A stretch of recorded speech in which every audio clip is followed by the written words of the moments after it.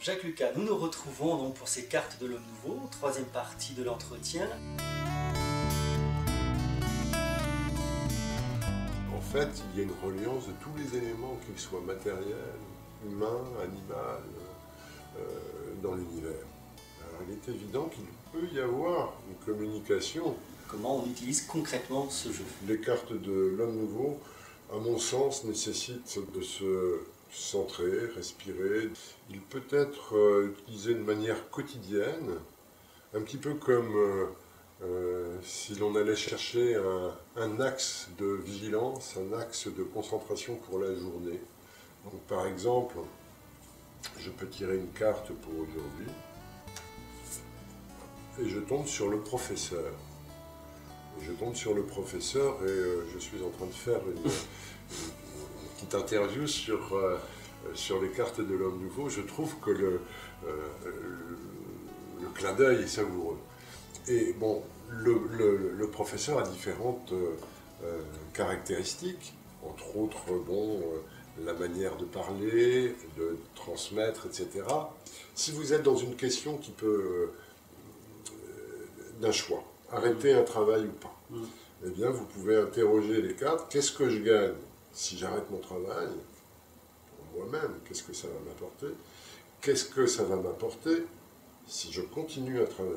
Ça va vous mettre face à une profondeur, plus grande profondeur, que j'ai envie ou j'ai pas envie. De quoi il s'agit profondément? Qu'est-ce que votre être peut gagner à choisir telle ou telle opportunité?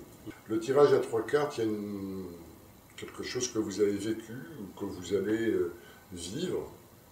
Par exemple, je ne sais pas, un interview. Qu'est-ce que ça peut vous apporter? Donc, il y a les éléments, la première carte, celle de gauche, le passé, les enjeux du présent, et puis aussi les enjeux du futur, la vigilance, les éléments qui peuvent être intégrés, qui sont profitables à la croissance de l'être. Il est possible de faire un tirage à 5 cartes.